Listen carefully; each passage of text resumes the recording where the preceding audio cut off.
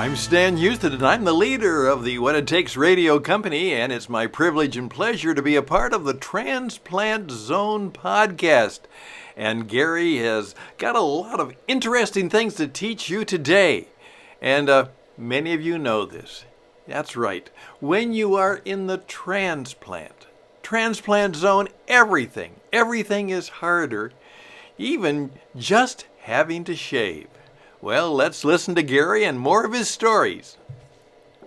Hi, everyone. This is Gary Register. It's Wednesday the 22nd, but I want to talk about Monday when I was at Duke going through all the stuff, which I have to do about every 3 months. They told me that now I've got another problem, and they kind of give you a little bit at a time, so I guess not get discouraged, but that they'll know that you're going to follow through with what you're supposed to do. So if something like this happens, they told me that I was allergic to penicillin and Bactroban. It was on my chart. But when I was having these issues, I also had parvo. So I think that had a lot to do with it. So I'm going to have to go to one of their doctors, which is fine. They're all good doctors, and they're going to see how sensitive I am to the antibiotics, because once they do the heart transplant, I'll have to be on these antibiotics for about a year. So I know that they'll be giving me anti-rejection medicine also, and what that will do is slow down my immune system, and also it'll help with some of my arthritis. So, there's good things and bad things, and people worry about this stuff, but if you don't have any control, you just jump on and go. So I may look a little rough. I had a hard time shaving this morning because I'm taking Coumadin, or some people call it rat poison. And it's kind of funny, they give you something to thin your blood out, but it's based on your weight and everything, and so it's pretty controlled, and I have to check it, once a week, or if I start bleeding, I'll go ahead and check it then. I've got a little kid at home. But what's going on with that is that I bruise real easy, and I'm just going to hold my arm up here or put it across me is probably better, so that you can look at it. And this is where I come out the door and actually put my arm up. It's a reflex. And so I've got to train myself, and I have, but still it takes a long time to heal once it starts breathing. So when I go out, I make sure I don't have anything in my hands, and I take my hand and put up. And when I open the door to go out, I hold on to it. So it's not because I'm unstable or anything, but that's a good thing to do anyway. So when I do that, it keeps the bruising down on my arm. And if I hit anything, I'm going to bruise. But the big thing today, I need your help. I know some of you are out there on Coumadin, and when I shave, and I have a real heavy beard, and the shaver I use was a Bowman or something like that, and it burns my skin. So any suggestions that you have, I would like to know.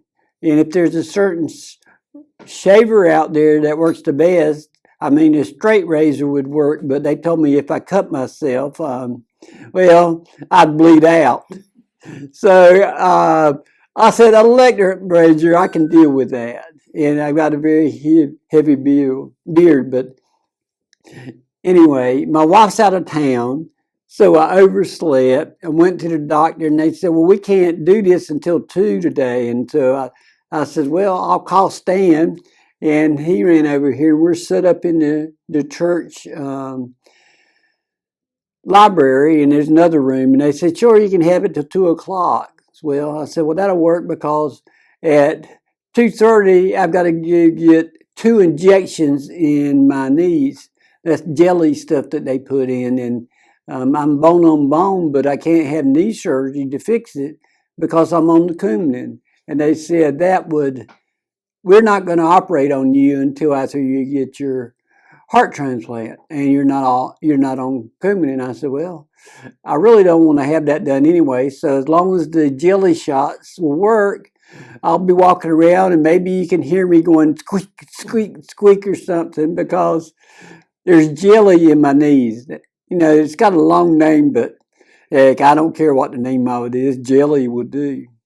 And they also, when I was at Duke, they gave me a new charger because they said, what are you doing to our camp equipment? And I said, well, guys, I'm active. I said, sometimes they fall out of my shirt and they hit the floor. And I said, I've cracked a couple of them. And they said, yeah, we see them. And I said, well, they said, we're going to give you all new batteries and a new charger, which is my ball and chain at night that I have to walk around and I can only go 20 feet. Well, guess what? I can go about 24 feet because they made the plug-in thing about 3 to 4 feet longer. And I don't know if that's an upgrade or what, but it doesn't matter. So now I can probably go outside of the house on the porch and look instead of just going to the door and opening it up so the dog can get out. And if you would like my adopted dog to be on the show one day, I'll bring her in and sit her in my lap. I'll probably get some face licking and stuff like that. So I don't know how to work, but one of my friends was dying, and again, I help I will just say, okay, is there anything I can do for you? And he looked at me, and man, he had lost a lot of weight. And he said, yes. And I thought it was going to be something like, can you help my wife sell the house? Can you do this? He looked at me, and he had a little tear in his eye, and he said, will you take my dog? Will you find it a good home if you can't keep it? Well, I came home with the dog in my lap, didn't even call my wife, and now the dog and I are inseparable. If I even go to the bathroom, she goes and sits at the door if I shut it and whines.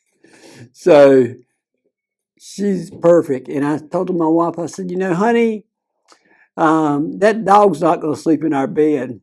That happened for 2 days. And now she crawls in, and if it's too cool in the house, she'll get between us. And if she doesn't feel like jumping, she is low energy. I mean, let's say she's lazy. And she'll whine beside the bed, won't want us to pick her up. So my wife will reach over and pick her up. And she would jump up on my side, which I can't quite figure it out. But she'll go over to Tanya's side, so she'll pick her up. I guess that's the weakest link that she figured out. I make her jump in a chair, and then I'll pick her up so my batteries won't fall out. But it's just a whole nother story. But when I was at Duke, let's go back to Duke. I was talking to people, and they saw my cap, which says "Need a Heart" and "Help I Will," and then on the side of it's got the transplant zone.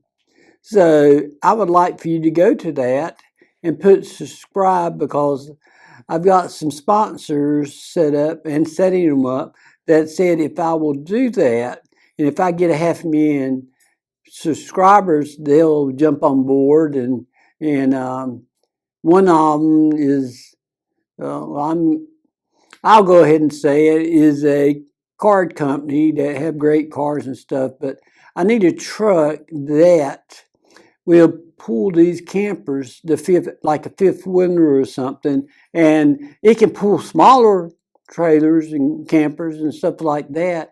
But I need one for the big stuff, like the fifth wheeler that we're taking up to the mountain. Well, I'm not doing it because it can't be but 4 hours away, supposedly. And they said if you get stuck in a traffic ban, we'll just send a helicopter to you. And every time I think of that, I hear my wife's voice saying, do you know how much that costs? I said, well, it doesn't matter. It does not really matter because I'd hate to waste a heart just because I'm in traffic.